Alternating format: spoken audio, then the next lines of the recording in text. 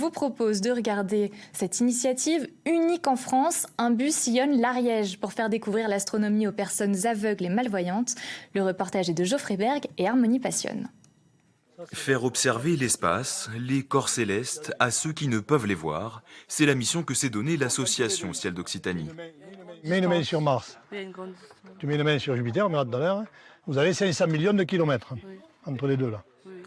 À l'aide de maquettes en 3 dimensions, d'outils tactiles et sonores, ces astronomes en herbe peuvent maintenant se représenter notre système solaire.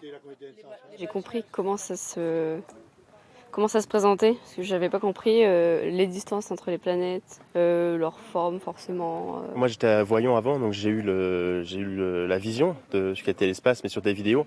Et c'est vrai que comme la vue brouille un petit peu les informations extérieures, là ça me permet moi de me focaliser sur ce que je ressens et de vraiment prendre conscience des distances.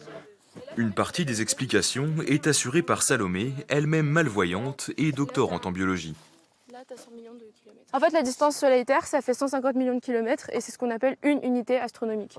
Quelle que soit notre condition physique et malgré notre handicap, on peut avoir accès à la connaissance comme n'importe qui d'autre.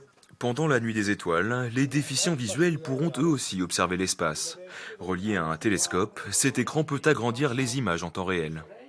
Si on zoome énormément, comme je suis en train de le faire actuellement, alors ils ne vont pas voir les détails, mais ils vont voir l'ensemble, effectivement, que quelque chose n'est pas tout à fait comme le reste du Soleil.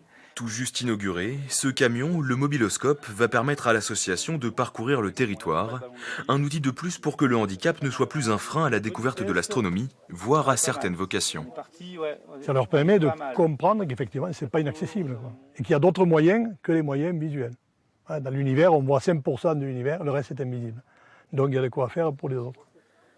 Ciel d'Occitanie voit encore plus grand avec un projet d'observatoire scientifique inclusif en Ariège pour rendre l'espace accessible à tous.